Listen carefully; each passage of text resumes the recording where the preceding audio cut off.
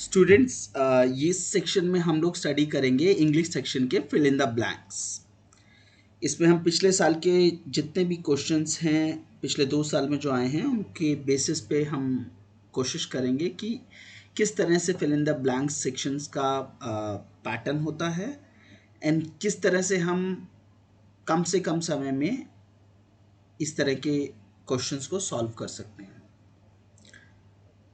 सबसे पहले स्ट्रक्चर क्या होता है इस तरह के क्वेश्चंस का। एक 8 से 10 सेंटेंसेस का पैराग्राफ होता है इंग्लिश में। उसके बाद उसमें फिल इन द ब्लैंक्स होते हैं अलग अलग जगह पर, अलग अलग सेंटेंसेस में। इसको सॉल्व करने का सबसे सरल तरीका यही है कि सबसे पहला स्टेप जो है, आप पूरे पैराग्राफ को पढ़िए। वर्ड्स आपको कुछ समझ नहीं आएंगे, अगर नहीं आते हैं तो कोई बात नहीं, जितना आप अंदाज़ा लगा सकते हैं पढ़ने की कोशिश कीजिए। उसका ओवरऑल स्ट्रक्चर, लॉजिकल स्ट्रक्चर समझने की कोशिश कीजिए। इसके बाद सेकंड स्टेप ये होता है कि जो ऑप्शंस हैं, हर क्वेश्चन में जो ऑप्शंस दी गई हैं उसमें वोकैबुलरी के बेसिस पे जो भी गलत ऑप्शंस हैं उनको आप एक्सक्लूड कीजिए या निकालिए। दूसरा होता है जब आप ग्रामेटिकल सारी गलत ऑप्शंस को निकाल लेते हैं, तब कुछ एक या दो ऑप्शंस बचती हैं जो कॉन्टेक्सचुअली गलत होती हैं, मतलब वो पैराग्राफ में फिट ही नहीं बैठती हैं, उनके लॉजिकल स्ट्रक्चर में फिट ही नहीं बैठती हैं। मैं आपको एग्जांपल लेकर ये ग्रामेटिकल और कॉन्टेक्सचुअल इनकरेक्ट ऑप्शंस क्या होती हैं वो आगे डिटेल्ड पैराग्राफ में पिछले 2 सालों में जो पैराग्राफ आए हैं उसको सॉल्व करते हुए बताऊंगा, ताकि आपको इजीली समझ में आए। बट इम्पॉर्टेंट सवाल ये है कि आपको ग्रामेटिकली इनकरेक्ट ऑप्शन तभी आप निकाल पाएंगे अगर आपको ग्रामर की और बेसिक्स ऑफ ग्रामर की इन 5 टॉपिक्स की अच्छी नॉलेज है। चलिए अब पहला पैराग्राफ हम पढ़ते हैं। पहली लाइन पढ़ते हैं कि on October 29, 1929 black Tuesday hit wall street as investor dash some 16 million shares on the New York Stock Exchange in a single day। इसका अगर हम हिंदी में अनुवाद करें तो इस तारीख को ब्लैक ट्यूसडे कहा गया है। इस दिन इन्वेस्टर्स ने dash 16 million shares New York stock exchange में सिंगल डे में डैश करे। अब क्या जवाब है? पहला है ट्रेड, इन्वेड, सेग्रीगेट, डॉन्टेड। देखिए, इन्वेड मतलब ये होता है अटैक, इन्वेस्टर्स अटैक तो करेंगे नहीं। सेग्रीगेट मतलब क्या होता है कि सेग्रीगेट मतलब अलग करना, नहीं। डॉन्टेड एक अलग ही वर्ड होता है जिसका मतलब होता है कि आपने किसी को डराया। हॉल्टेड का मतलब होता है कि होल्ड कर लिया।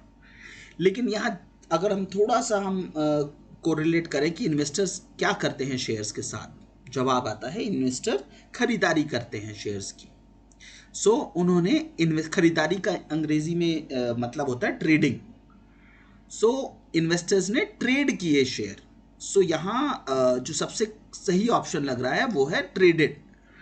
ये एक सिंपल क्वेश्चन था, इसमें कुछ बहुत ज़्यादा कॉम्प्लेक्सिटी नहीं थी। ये अगर आपको मीनिंग समझ में आ गया सेंटेंस का तो आप क्लियरली बता सकते हैं कि इसका जवाब ट्रेडेड है। इसमें वोकैबुलरी होना ज़रूरी है और टेंसेस, क्योंकि ये पास्ट के बारे में है तो सेकंड टेंस आएगा। चलिए अगले क्वेश्चन की तरफ बढ़ते हैं हम। Billions of dollars were lost dash thousand of investors. इसका मतलब यह है कि एन ऑप्शन है इसके affording dash wiping wanting vacating artificial. पहले तो सेंटेंस समझते हैं कि billions of dollars were lost. अगर इन्वेस्टर्स खरीदारी करते हैं शेयर्स की तो मार्केट गिर जाता है, तो इसका मतलब यह है कि बहुत सारे बिलियंस ऑफ डॉलर्स जो हैं वो लॉस हो गए।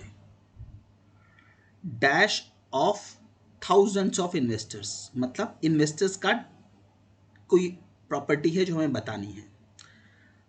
अफोर्डिंग, वाइपिंग, देखिए अफोर्डिंग, वांटिंग और आर्टिफिशियल ये तो नहीं लग रहे हैं। दूसरा है वाइपिंग और वकेटिंग। देखिए वकेट मतलब ये होता है कि आपने इन्वेस्टर्स ने वकेट कर दिया स्टॉक मार्केट्स को, सो वकेट करना तो, क्योंकि उन्होंने अगर किसी को लॉस होता है तो वो वकेट नहीं करता है, उनको फोर्सिबली हटा दिया जाता है। वाइप मतलब होता है एकदम हटा देना। सो वाइप यहाँ ज़्यादा सूटेबल वर्ड लग रहा है, क्योंकि वकेट मतलब कि उसने खाली कर दिया। यहाँ कोई टेनेंट या मतलब मकान मालिक और किराएदार की बात नहीं हो रही है, तो वकेटेड वर्ड नहीं सही रहता है यहाँ। वाइपिंग एक सही वर्ड रहता है। वाइप मतलब एकदम सफा कर देना, मतलब हटा देना। सो वाइपिंग सेकंड क्वेश्चन का सबसे सही ऑप्शन लग रहा है यहाँ, और यही सही ऑप्शन है। अब जानते हैं कि यहाँ कौन से दो कॉन्सेप्ट्स टेस्ट किए गए हैं। एक तो टेस्ट किया गया वोकैबुलरी, कि आपको वाइपिंग और वोकेटिंग में कितना डिफरेंस पता है। दूसरा चेक किया गया ग्रामर। ग्रामर में क्या चेक किया गया? Wiping out. वाइपिंग आउट जो है एक वर्ड है जो फ्रेज यूज किया जाता है जीरंड में। सो जीरंड एक कॉन्सेप्ट होता है जो हम आगे जाके अपनी लेक्चर सीरीज में समझेंगे, but wiping out is a phrase जो आपको समझना ज़रूरी है। चलिए हम अगले क्वेश्चन की तरफ बढ़ते हैं। चलिए, ये जो थर्ड क्वेश्चन है, थर्ड क्वेश्चन में मैं एक बार रीड आउट करता हूँ।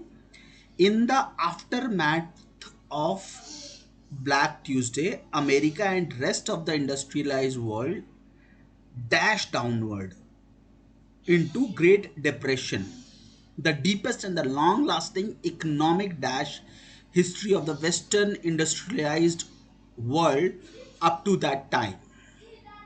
चलिए, इसका मतलब क्या है? In the aftermath of Black Tuesday, America and rest of the industrial world dash downwards. चलिए, पहले तो हम समझते हैं कि इसमें क्या कॉन्सेप्ट टेस्ट किए गए हैं। ये तो एक हाई एंड वोकैबुलरी है। रिपेरमेडेड मतलब क्या? To tell somebody officially that he has done something wrong. नहीं, ये तो नहीं सही है यहाँ। Spiral downwards, to decrease rapidly. इसका मतलब है कि क्या स्टॉक मार्केट जो था वॉल स्ट्रीट का, क्या वो डिक्रीज हुआ था rapidly? To the downwards, yes. So ये जो है ये सही ऑप्शन के करीब लग रहा है, क्योंकि डिक्रीज तो हुआ था, क्योंकि जैसा हमने पहले सेंटेंस में पढ़ा कि ये पूरा ब्लैक ट्यूसडे और ग्रेट डिप्रेशन जो है ये एक कॉन्सेप्ट था जो कि बहुत पहले 1929 में आया था।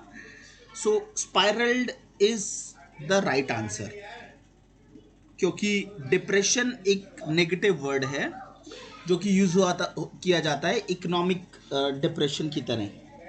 सो spiral seems to be the best option. चलिए अब चलते हैं चौथे सेंटेंस की तरफ। The deepest and the longest lasting economic dash in the history of the western industrialized world up to that time. Economic dash, so this is something which is a adjective to the economic. Let us see the options now. चलिए अब जानते हैं provided। पहला option है provided। Economy provided, ये कोई adjective नहीं है।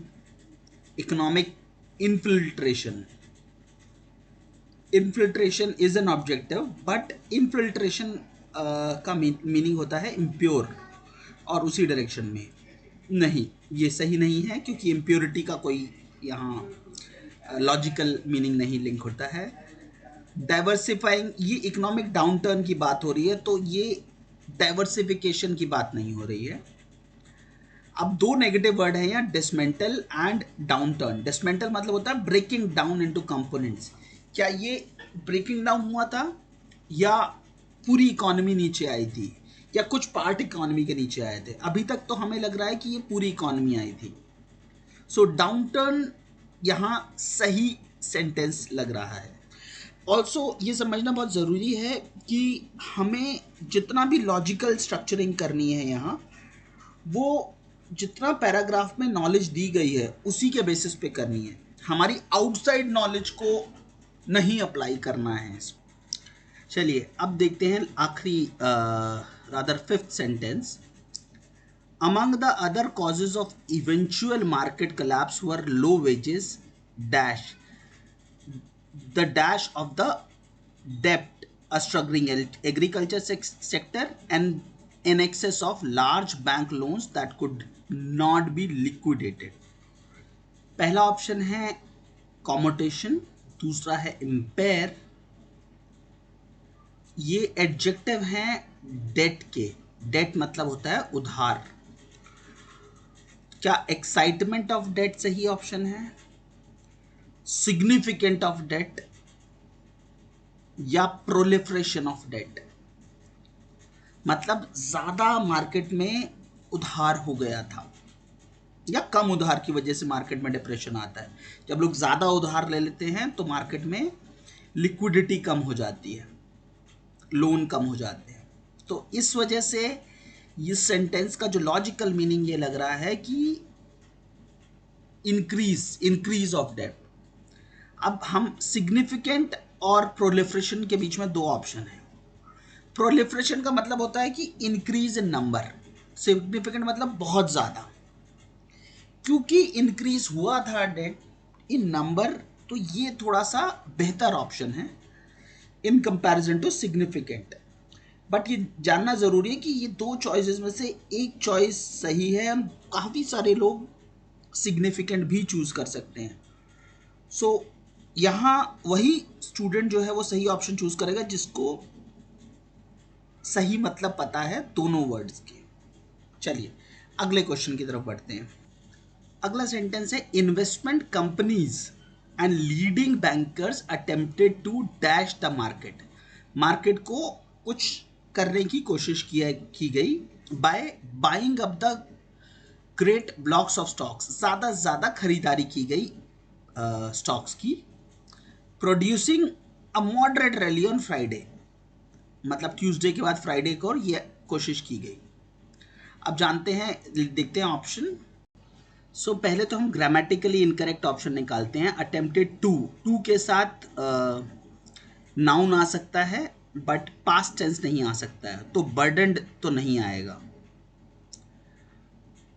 टू इन्फिर्मिटी एंड क्रेडिबिलिटी भी सही नहीं। अब यहाँ दो ऑप्शन हैं जो कि जो इन्फिनेटिव के साथ सूट होते हैं। एक है स्टेबलाइज, दूसरा है रेशनलाइज। बहुत ज़रूरी है मतलब समझना कि क्या स्टेबलाइज करने की कोशिश की गई थी या रेशनलाइज करने की। रेशनलाइज मतलब ये होता है कि आप किसी चीज़ को तकाजा लगाकर एक सही लेवल पर सेट करने की कोशिश करते हैं। और स्टेबलाइज का मतलब ये होता है कि जो मार्केट में उथल पुथल है उसको आप स्टेबल करने की कोशिश करते हैं। तो जहां लोगों ने बहुत ज़्यादा सेल्स किया था, यहाँ इन्वेस्टर्स ने बहुत ज़्यादा खरीदारी करके उसको बैलेंस करने की कोशिश की। तो स्टेबलाइज यहाँ बेहतर ऑप्शन है रेशनलाइज से। सो देखिए हमने पहले तीन ऑप्शंस को बेसिस द ग्रामर हटाया, एक्सक्लूड किया। फिर दो जो लॉजिकली करेक्ट ऑप्शंस हैं उसमें से हमने एक को चूज किया। और ये जानना बहुत ज़रूरी है, देखिए कि ये एक कॉम्प्लेक्स क्वेश्चन था। ज़रूरी नहीं है कि हर बार आपको ग्रामेटिकल और कॉन्टेक्सचुअल दोनों लेवल टेस्ट किए जाएं। कई बार सिर्फ ग्रामर से ही हो जाता है। बट ये कॉम्प्लेक्स क्वेश्चन था, ये अधिकतर मतलब जो हाई कॉम्प्लेक्सिटी की कैटेगरी में आता है। चलिए हम अगले पैराग्राफ की तरफ बढ़ते हैं। दूसरा पैटर्न जो टेस्ट में SBI PO टेस्ट में देखा जाता है वो होता है सिंगल क्वेश्चंस का। हम लोग टेस्टिंग करते हैं, एक सिंगल सेंटेंस होता है और उसमें ऑप्शंस दिए जाते हैं और उसमें से हमें चूज़ करना होता है। देखिए अब ये जो अगला हम सेट ऑफ क्वेश्चंस करेंगे ये 2019 के एक्चुअल क्वेश्चन हैं, ताकि आपको अंदाज़ा रहे कि किस तरह की कॉम्प्लेक्सिटी को टेस्ट किया जाता है। चलिए ये पहला क्वेश्चन है। आप पहले तो सेंटेंस के जो इंस्ट्रक्शंस हैं उसको ध्यान से पढ़िए, जो लाल में हाईलाइट किए गए हैं कि most appropriately and make sense grammatically and contextually. जो ग्रामर के तरीके से सही ऑप्शन है और ओवरऑल सेंटेंस के स्ट्रक्चर के हिसाब से सही ऑप्शन है, मतलब कि मतलब सही बैठ रहा है उस वर्ड का या नहीं। चलिए पहला क्वेश्चन है, administration has taken positive steps to dash the education system. To है इन्फिनेटिव, मतलब इसके साथ सेकेंड टेंस नहीं आएगा। सो डिवाइस्ड, रेनोवेटेड, बी और डी ऑप्शन पहले ही चले जाते हैं। टू इंक्रीज, रिवैम्प और डिस्पेल, तीन ऑप्शन बचते हैं।